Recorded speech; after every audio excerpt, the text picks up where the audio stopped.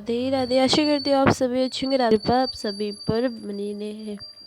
जैसे कि आप सभी को पता है कि आज ओही अष्टमी व्रत है।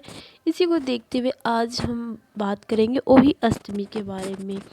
कार्तिक मास के कृष्ण पक्ष की अष्टमी तिथि है। इस साल की सबसे बड़ी अष्टमी मानी जाती है और आज ही के दिन ओही अष्टमी का व्रत रखा जाता है। कुछ इस तरह इसे ओही अष्टमी भी कहा जाता है। ओही अष्टमी का व्रत करने से अति उत्तम फल मिलता है। इस व्रत को करने वाली स्त्री की सभी संतान दीर्घ आयु की होती है। उनके रोग सुख दूर होते हैं और उनको सुख संपत्ति की प्राप्ति होती है। उनमें सदा बुद्धि का विकास होता है और उन पर सभी प्रकार के सद्गुण और सब गुण आते हैं तथा संतान पर आने वाले सभी संकट कट जाते हैं। इस व्रत को करने वाली स्त्री की संतान जीवन के प्रत्येक क्षेत्र में सफलता प्राप्त करती है। तो आज मैं आपको सुना रही हूँ ओही अष्टमी की 3 पौराणिक कथा। आप सभी से विनती और निवेदन है कि इन कथाओं को बड़ी ही श्रद्धा और प्रसन्नचित्त मन से पूरा अवश्य सुने। कथाओं को सुनने के बाद आप ओही माता की आरती का भी श्रवण करें। एक साहूकार था जिसके 7 बेटे थे, 7 बहुएं थी, एक बेटी थी। दीपावली से पहले कार्तिक अष्टमी के दिन 7 बहुएं अपनी इकलौती नंद के साथ जंगल से मिट्टी लेने गई। जहाँ से वे मिट्टी खोद रही थी वहाँ पर एक साई की मद थी। मिट्टी खोदते समय नंद के हाथ से साई का बच्चा मर गया। तब साऊ माता बोली, तूने मेरे बच्चे को मारा है इसलिए मैं तेरी कोख को बांध दूंगी। तब नंद ने अपनी 7 भाभी से कहा कि मेरे बदले में तुम में से कोई अपनी कोख बनवा लो। 6 भाभी ने अपनी कोख बनवाने से इनकार कर दिया, लेकिन सबसे छोटी यानी कि 7वीं भाभी सोचने लगी कि यह तो मेरी इकलौती नंद है और अगर इसकी कोख बन जाएगी तो इसका वैवाहिक जीवन कैसे कटेगा। लेकिन अगर मैं अपनी कोख बनवा लूँगी तो कोई परेशानी नहीं है, क्योंकि मेरी जो 6 जेठानी है उनकी संतान होने से वंश तो चलता ही रहेगा। ऐसा सोचकर सबसे छोटी भाभी ने नंद के बदले में अपनी ही कोख बनवा ली। अब तो उस छोटी बहू के जो भी बच्चे होते वे पैदा होने के 7वें दिन ही मर जाते। इससे दुखी होकर उसने एक ब्राह्मण को बुलाया और उनसे पूछा कि क्या इस समस्या का कोई समाधान है। तब ब्राह्मण ने बताया कि काली गांव साहू माता की सहेली है, इसलिए तुम काली गांव की सेवा क्या करो। तुम्हारी सेवा से प्रसन्न होकर जब काली गाय तुमसे वरदान मांगने को कहे तो कहना कि हे गाय माता, तुमने अपनी सहेली से कहकर मेरी कोख खुलवा दो।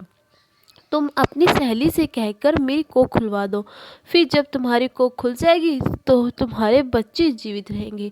बहू ने वैसे ही करने का निश्चय किया। इसके बाद से वे छोटी बहू प्रत्येक काल उठकर चुपचाप काली गाय के नीचे सफाई आदि करती। एक दिन गाय ने सोचा कि आजकल कौन मेरी सेवा कर रहा है, सो अब मैं देखूंगी। ऐसा सोचकर अगले दिन गाय सुबह खूब तड़के ही उठ गई और देखती है कि वह छोटी बहू उसकी सेवा कर रही है। गाय माता ने प्रसन्न होकर कहा कि हे बेटी, तुझे किस चीज़ की इच्छा है। तब छोटी बहू ने कहा, गौ माता, साऊ माता तुम्हारी सहेली है और तुमने उनसे मेरी कोख बांध दी है। उन्होंने मेरी कोख बांध दी है और तुम उससे कहकर मेरी कोख को खुलवा दो। गाय माता ने कहा, ठीक है बेटी, ऐसे ही होगा। अब तो गाय माता उस छोटी बहू को साथ लेकर अपनी सहेली से मिलने चली गई, लेकिन साहू माता 7 समुद्र पार रहती थी। रास्ते में कड़ी धूप पड़ रही थी, सो वो दोनों एक पेड़ के नीचे बैठ गई। उस पेड़ पर गरुड़ पक्षी का बच्चा बैठा था।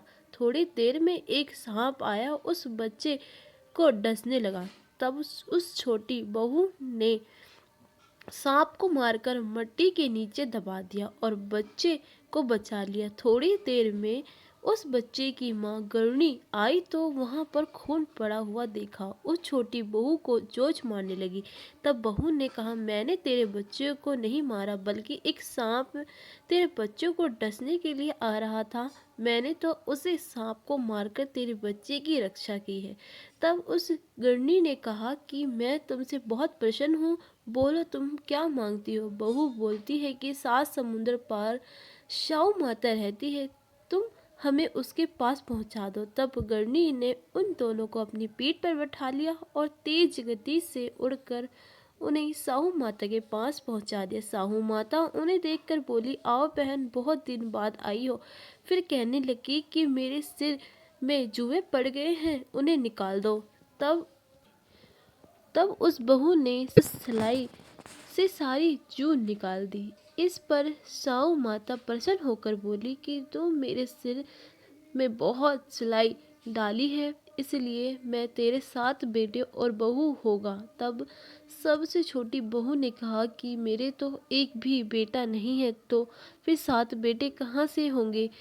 इस पर साहू माता बोली कि वचन दिया है, यदि वचन से फिरूंगी तो धोबी के कुंड पर करकटी होंगी। तब बहू ने कहा, मेरी कोख तो तुम्हारे पास बंद पड़ी है। ये सुनकर साहू माता बोली कि तुम मुझे ठग लिया। वैसे तो मैं तेरी कोख नहीं खोलती, लेकिन अब खोलनी पड़ेगी। जा, तुझे अपने घर पर 7 बेटे और 7 बहू मिलेगी। तेरा घर परिवार सदा सुखी रहेगा। तू घर जाकर उजम करिया 7 ओही बनाकर 7 कढ़ाई करियो। इस तरह संतान सदा सुखी रहेगी और तरक्की करेगी। फिर छोटी बहू साहू माता को प्रणाम कर कर गाय माता के साथ वापस आ गई। अपने घर पहुंचकर उसने देखा कि उसके 7 बेटे और 7 बहू बैठी हुई है। ये देखकर वो बहुत प्रसन्न हुई और 7 ओही बनाई। फिर 7 प्रकार की कढ़ाई करके उपजमन किया। रात के समय जेठानी कहने लगी कि जल्दी से पूजा कर लो, यदि छोटी बहू ने हमें पूजा करते हुए देख लिया तो वह अपने बच्चों को याद कर कर रोने लगेगी। फिर थोड़ी देर बाद उन्होंने अपने बच्चे से कहा कि अपनी चाची के घर पर देखकर आओ कि आज वह अभी तक रोई क्यों नहीं। बच्चे ने जाकर देखा और लौटकर बताया कि चाची घर पर तो खूब उजमन हुए हैं। ये सुनकर सभी जेठानी दौड़ दौड़ के उसके घर गई और पूछने लगी कि तूने अपनी कोख कैसे छुड़ाई और तेरी इतने बहू बेटे कैसे हुए। तब छोटी बहू ने बताया कि उस समय तुमने तो अपनी कोख बनवाई नहीं थी, सो मैंने अपनी कोख बनवा ली है थी। तब मैंने गाय माता की सेवा की और उनके कहने से साहू माता ने मेरी कोख खोल दी। उनके आशीर्वाद से ही मेरे इतने बहू बेटे हुए। हे साहू माता, अपने बहू को जैसे फल दिया वैसे ही सबको देना। आपने जिस प्रकार से बहू की कोख खोली उसी प्रकार से हमारी भी खोल दो। इस कथा को कहने वाले और सुनने वाले की कोख खोलना, सारे परिवार की कोख खोलना, हम सब की संतान को समृद्धि देना, हमारी संतान को सभी प्रकार की विद्या और धन प्रदान करना, हमारी संतान को सुख समृद्धि प्रदान करना। बोली साहू माता की जय माता और उनके भक्तों की। आइए अब श्रवण करते हैं ओही माता की ओही अष्टमी की दूसरी कथा, जिससे सुनने मात्र संतान को लंबी आयु की प्राप्ति होती। बहुत समय पहले एक नगर में चंद्रभान नामक साहू रहता था। उसकी पत्नी चंद्रिका बहुत सुंदर, सद्गुण संपन्न, साध शब्दी, चित्रवान तथा बुद्धिमान थी। उनके कई पुत्र पुत्री हुए, परंतु वे सभी बाल अवस्था में ही परलोक सिधार चुके थे। दोनों पति पत्नी संतान जीवित न रहने से वे बहुत परेशान रहती थी। वे दोनों प्रतिदिन मन में सोचती कि हमारे मर जाने के बाद इस धन संपदा का कौन संभालेगा। एक बार उन दोनों ने निश्चय किया वनवास लेकर शेष जीवन प्रभु भक्ति में व्यतीत करेंगे। इस प्रकार वो दोनों अपने घर बार त्याग कर वन की ओर चल दिए। रास्ते में जब थक जाते हैं तो रुक कर थोड़ा विश्राम कर लेते हैं और फिर चल पड़ते हैं। इस प्रकार धीरे धीरे वे बद्रिका आश्रम के निकट शीतल कुंड में जा पहुँचे। वहाँ पहुँचकर दोनों निहार रहकर प्राण त्यागने का निश्चय कर लिया। इस प्रकार निहार व निर्जला रहते हुए उन्होंने 7 दिन हो गए और आकाशवाणी हुई कि तुम दोनों प्राणी अपने प्राण मत त्यागो। यह सब यह सब दुख तुम्हारे और तुम्हारे पूर्व पाप के कारण भोगना पड़ा। यदि तुम्हारी पत्नी कार्तिक मास के कृष्ण पक्ष में आने वाली ओही अष्टमी को ओही माता का व्रत और पूजा करे तो ओही देवी प्रसन्न होकर साक्षात दर्शन देगी। तुम उनसे ऋग पुत्र का वरदान मांग लेना। व्रत के दिन तुम राधा कुंड में स्नान करना। तत्पश्चात चंद्रिका ने आकाशवाणी को बताए अनुसार विधि विधान से ओही अष्टमी की ओही माता का व्रत और पूजन अर्चना की।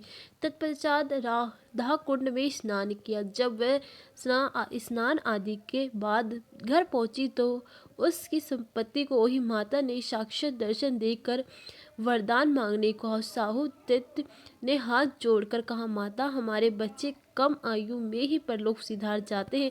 आप हमें बच्चे की ऋग आयु का वरदान देने की कृपा करें। तथास्तु कहकर वही माता अंतर ध्यान हो गई। कुछ समय बाद साहूकार दंपति को ऋग पुत्र की प्राप्ति हुई और वह सुखपूर्व अपनी गृहस्थी जीवन व्यतीत करने लगे। बोलो ओही माता की जय। अब आइए श्रवण करते हैं ओही अष्टमी की तीसरी कथा। किसी नगर में एक सेठ सेठानी रहते थे। उनके 7 पुत्र थे। एक दिन साहूकार की पत्नी खदान में खोदकर मट्टी लाने के लिए गई। जैसे ही उसने मट्टी खोदने के लिए कुदाली चलाई वैसे ही उसमें रह रहकर साहू के बच्चे पर अहित होकर मृत्यु हो गए। जब साहू की पत्नी ने साहू का रथ रजित देखा तो उसे बच्चे के मर जाने का अति दुख हुआ, परंतु जो कुछ होना था वो हो चुका था। ये भूल उसने जाने अनजाने में हुई थी। अति दुखी मन से वह घर लौट आई। तत्पश्चात के कारण वे मट्टी भी नहीं लाई। इसके बाद साहू जब घर आई तो उसने अपने बच्चों की मृत अवस्था में पाया। वह दुख से कतारित अति विलाप करने लगी। उसने ईश्वर से प्रार्थना की कि जिसने मेरे बच्चों को मारा है उसे भी पुत्र शोक का दुख भोगना पड़े। इंद्र शाह के श्राप से 1 वर्ष के अंदर ही सेठानी के 7 पुत्र की मृत्यु प्राप्त हो गई। इस प्रकार दुख घटना देखकर सेठानी अति सुकोल हो उठे। उसे दंपति ने किसी तीर्थ स्थान पर जाकर अपनी प्राण का विसर्जन कर देने का मन में संकल्प कर लिया। मन में ऐसा निश्चय किया कि सेठ सेठानी घर से पैदल की तीर्थ की ओर चल पड़े। उन दोनों के शरीर में जब तक जान थी तब तक वह बराबर आगे बढ़ते रहे। तब वे चलने में बिल्कुल असमर्थ हो गए तो रास्ते में ही मूर्छित होकर भूमि पर गिर पड़े। उन दोनों की एक दीनता दिशा को देखकर करुणानिधि भगवान उन पर दयालित हो गए और आकाशवाणी हुई कि हे सेठ, तेरी सेठानी ने मट्टी खोदते समय अनजाने में ही साहू के बच्चे को मार डाला था, इसलिए तुझे भी अपने बच्चों का कष्ट सहना पड़ा है। भगवान से ने आज्ञा दी कि अब तुम दोनों अपने घर जाकर गाय की सेवा करो। वही अष्टमी आ जाने पर विधि विधान से पूर्ण प्रेम से वही माता की पूजा करो। सभी जीव पर दया भाव रखो, किसी का अहित ना करो। यदि तुम मेरे कहने के अनुसार आचरण करोगे तो तुम्हें संतान सुख की प्राप्ति होगी। इस आकाशवाणी को सुने सेठ सेठानी कुछ दृढ़ हुए और वह दोनों भक्ति का स्मरण करते हुए अपने घर को प्रस्थान कर गए। घर पहुंचकर उन दोनों ने आकाशवाणी के अनुसार कार्य करना आरंभ कर दिया। इस ईशा देश की भावना से रहित होकर सभी प्राणी पर करुणा का भाव रखना आरंभ कर दिया। भक्त कृपया से सेठानी पूर्ण पुत्रवान होकर सभी सुख का भोग करने लगे और अंत काल में स्वर्ग गमन हुआ। बोलिए ओही माता की जय। जैसे ओही माता ने सब पर अपनी कृपा बनाई है, ओही माता हम पर भी अपनी कृपा